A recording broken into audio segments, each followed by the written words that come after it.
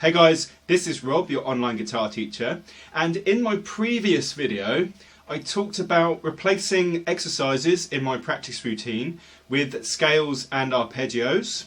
But what does that really mean? Am I just going to be playing up and down scales? How's that really going to help or be any different to what I usually do? So maybe I should explain this in a little bit more detail and also teach you how you can do this with your own practice routine as well.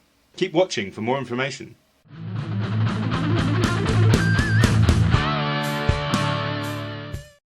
The main idea behind this is that I want to condense my practice routine and make it more efficient.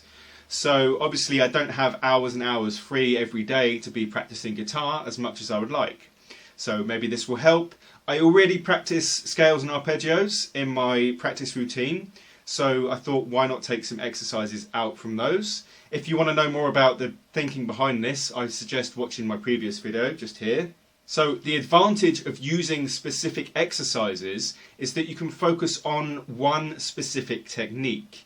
But then when you're using scales and arpeggios, you are focusing on arpeggios and music theory, scales and arpeggios and learning those kind of thing, memorizing, but you're not specifically focusing on any particular technique. It's just playing a scale.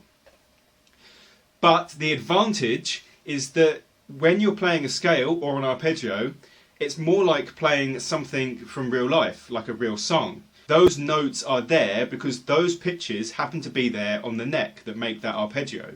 So it's not been made specifically for guitar, it's just been made, I need to get these notes, therefore I need to find a way to get these notes, which would really help with playing techniques because it's more random, it's more varied. Just explain what I'm actually playing. With scales, I am playing them up and down. I'm also playing them in sequences and patterns that go through the scale. These can both be used for solos, so I can improvise using a sequence or a pattern to get through a scale. And I'm playing these both alternate picked and legato. Legato means hammer-ons and pull-offs, in case you didn't know. Because, as I was saying, these notes are just in the position where these notes happen to fall on the fretboard.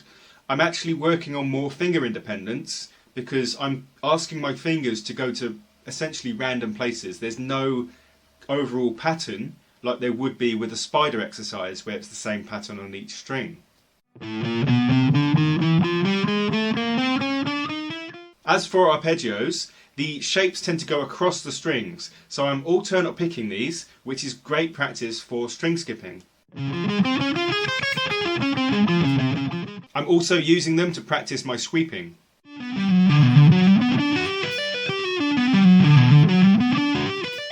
The combination of using scales and arpeggios can also be used to learn how to harmonise a scale. So if you're learning the major scale, you can then learn which chords and arpeggios fit with that scale, and you've learnt yourself some theory just by warming up. So if you adopt this method, you hopefully will, other than just saving time, improve your scale knowledge, obviously, because we're playing through scales. Also improve your arpeggio knowledge, because we're going to be playing through arpeggios.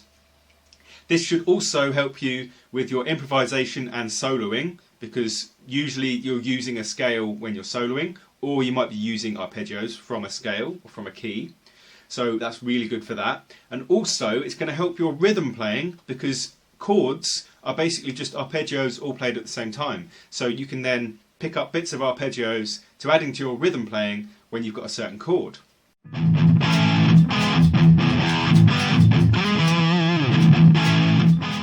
So as always guys, let me know what you think in the comments. If you've adopted this plan or if you've been using this kind of routine for a while, let me know what you think. I will be making a video in a few weeks talking about how this has helped or how it's not helped me, because obviously I used just normal exercises before, like the spider and certain things like that. If you go to my website, you can get in contact for one-on-one guitar lessons via Skype or webcam. You can also follow the link in the description to our Patreon site, my Patreon site. If you want to donate and help this channel grow, you can do that. And until then, turn up and rock out. And as awesome as they are, you always want to remember the phrasing, because you don't want to play a solo that's just entirely scale runs. So there are three key things you should know when playing a scale run. First of all, and most importantly, is to know your target note, where you're going to end up. Okay, this is very overlooked by a lot of guitarists. You start playing and then you kind of